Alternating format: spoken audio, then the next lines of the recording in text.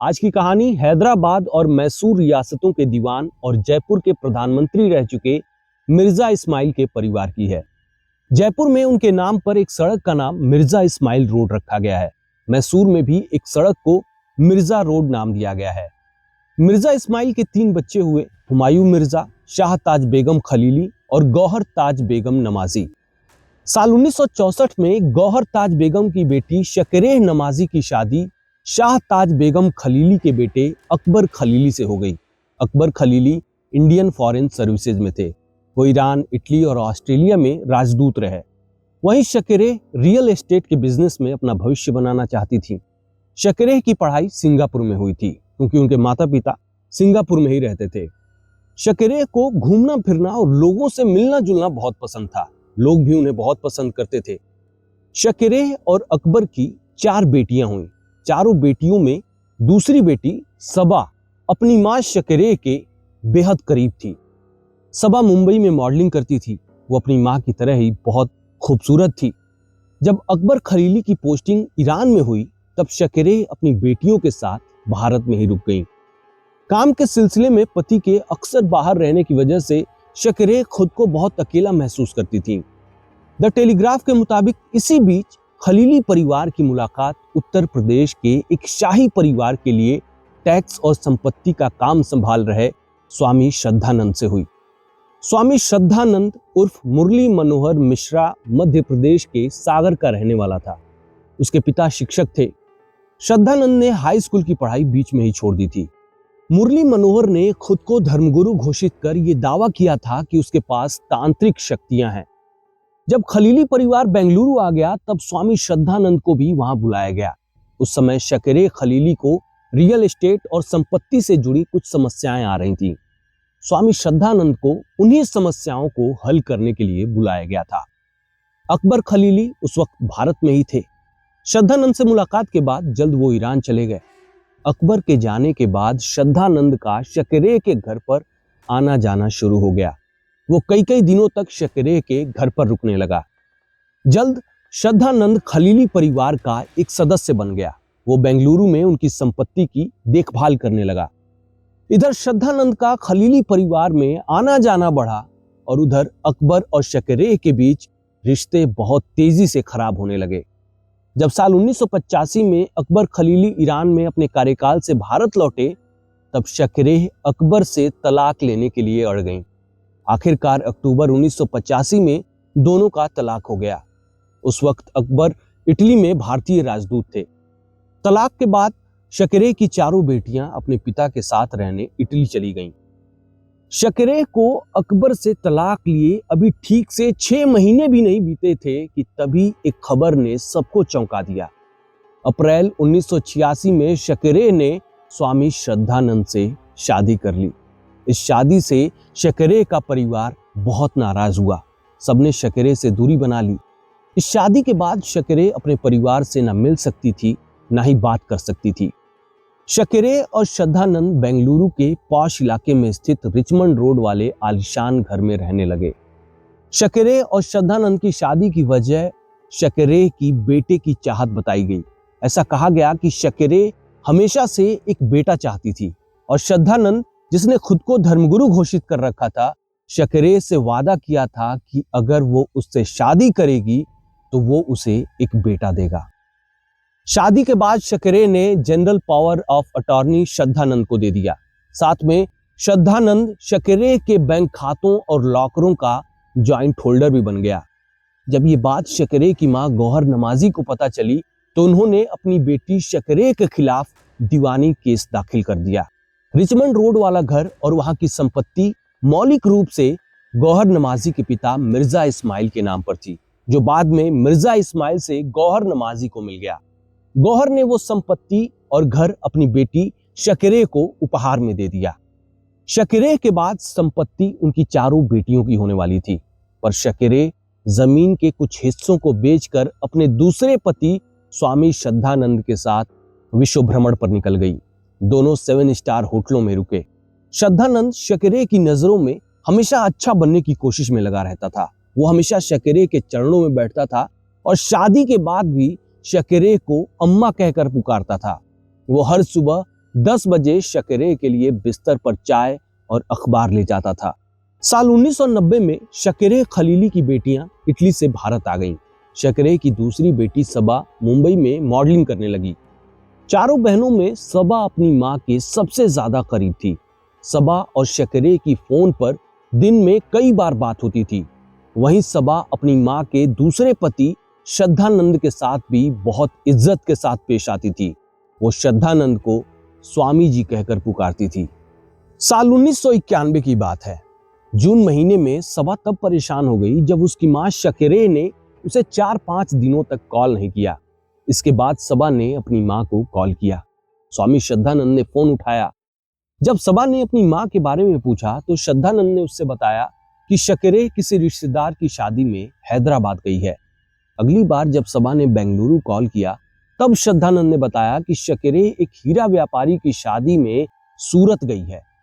इसी तरह सबा अपनी मां से बात करने के लिए बार बार बेंगलुरु घर पर कॉल करती रही, पर उसकी बात शकरे से नहीं हो पाई।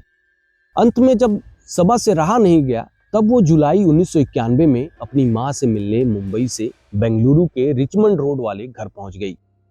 पर सबा की चिंताएं तब और बढ़ गई जब उसकी मां उसे बेंगलुरु में भी नहीं मिली।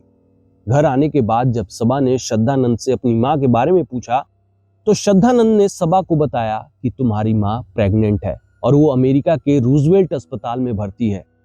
सबा भी अपनी मां की इस तमन्ना से भली भांति परिचित थी। उसे विश्वास हो गया कि स्वामी जी सच बोल रहे हैं। फिर भी सबा ने अमेरिका के उस रूजवेल्ट अस्पताल के बारे में पता लगाना शुरू किया। उसका दिमाग तब घूम गया जब उसे पता चला कि रूजवेल्ट अस्पताल में शकरे नाम का कोई पेशेंट भर्ती ही नहीं है। सबा ने फिर श्रद्धानंद को पकड़ा। उसने पूछा कि स्वामी जी, आपने जिस रूजवेल्ट अस्पताल के बारे में बताया था वहां तो मां है ही नहीं। इस पर स्वामी श्रद्धानंद ने कहा कि उसने जानबूझकर झूठ बोल दिया था कि शकरे अमेरिका के अस्पताल में है। उसने आगे कहा कि मुझे पता था कि अगर तुम जान जाओगी तो अपने मां को फोन करने लगोगी, जिससे वो परेशान हो जाएगी। इस बार स्वामी श्रद्धानंद ने दावा किया कि शकरे लंदन में है और उसे आराम की बहुत जरूरत है। सबा स्वामी जी की इस बात को पचा नहीं पाई। जो मां अपनी बेटी से दिन में कई बार कॉल करके बातचीत करती थी, अब अचानक से वो उससे बात ही नहीं करना चाहती थी। यहीं से सबा को शक होने लगा कि स्वामी जी उससे कुछ छिपा रहे हैं। ऐसे ही एक दिन श्रद्धानंद ने सबा से कहा कि शकरे अपने बेटे के साथ बेंगलुरु आ रही है।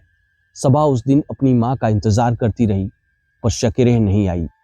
स्वामी श्रद्धानंद के रोज रोज के नए बहाने सुनकर सबा के सब्र का बांध टूट गया था। वो अपनी मां को ढूंढने का प्रयास करने लगी। ऐसे ही एक प्रयास में उसे एक बहुत बड़ी सफलता मिली।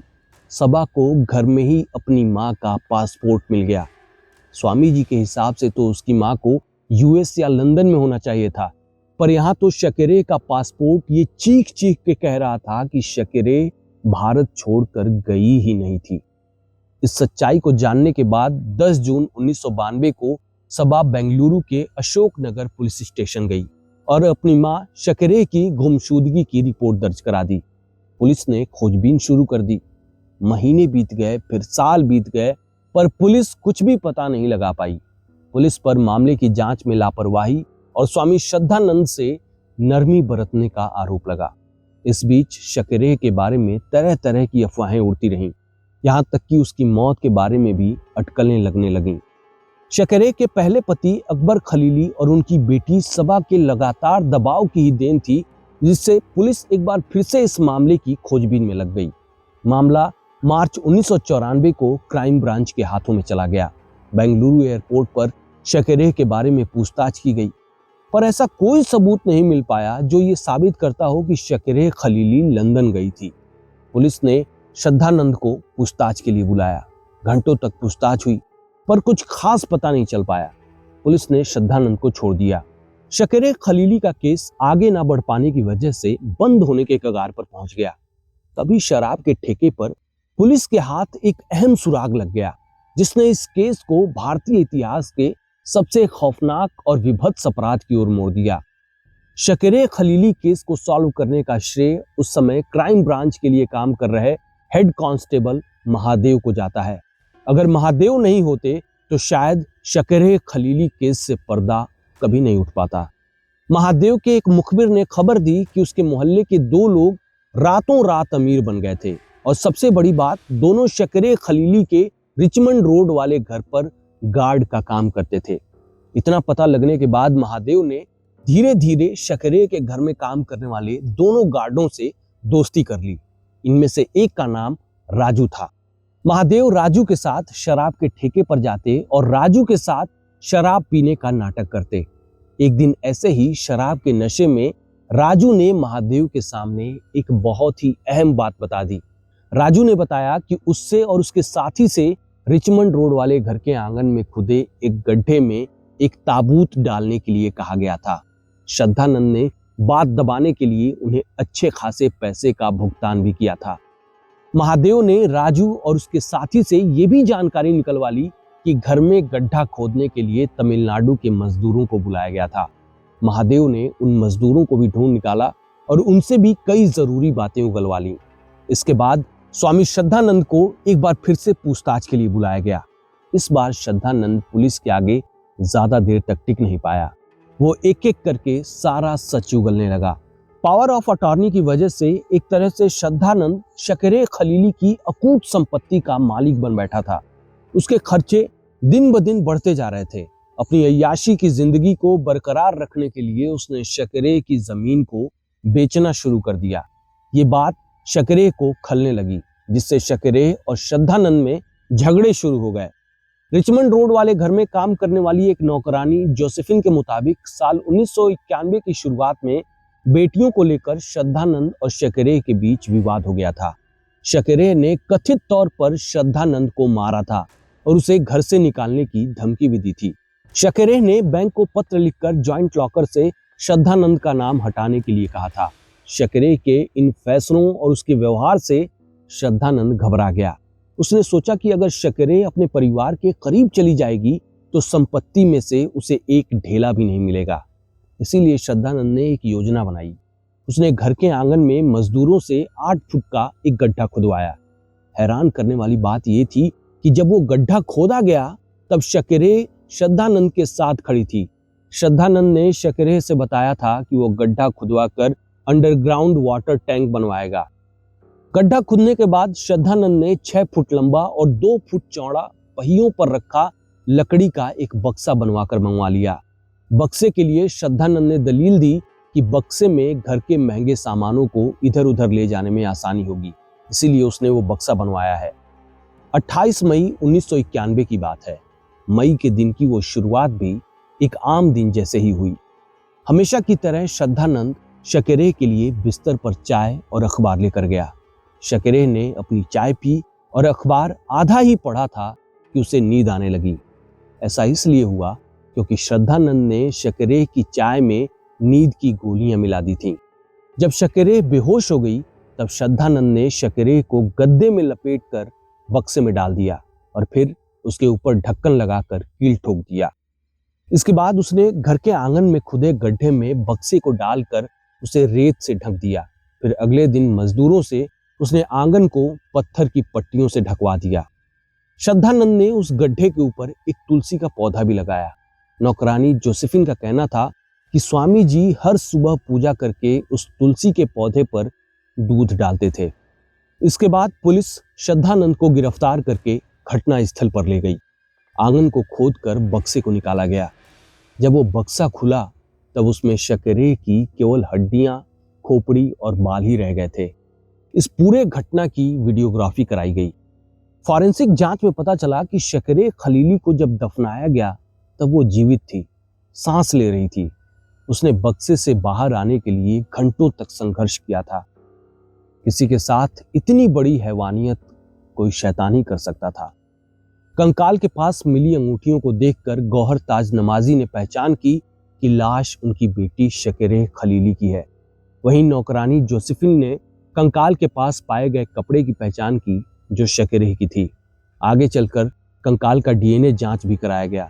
जांच में ये सुनिश्चित हो गया था कि लाश शकरे की ही थी। शकरे की हत्या भारतीय न्यायिक इतिहास का पहला ऐसा मामला था जहां पीड़ित की पहचान के लिए डीएनए टेस्ट कराया गया था और शव निकालने के प्रोसेस को वीडियो पर रिकॉर्ड किया गया था। आगे चलकर अदालत ने शकेरे के शव को खोद कर निकाले जाने के वीडियो टेप को भी स्वीकार कर लिया। शकेरे की मौत 1991 में हो गई थी, लेकिन कागजों पर वो मरने के बाद भी 4 सालों तक और जिंदा रही।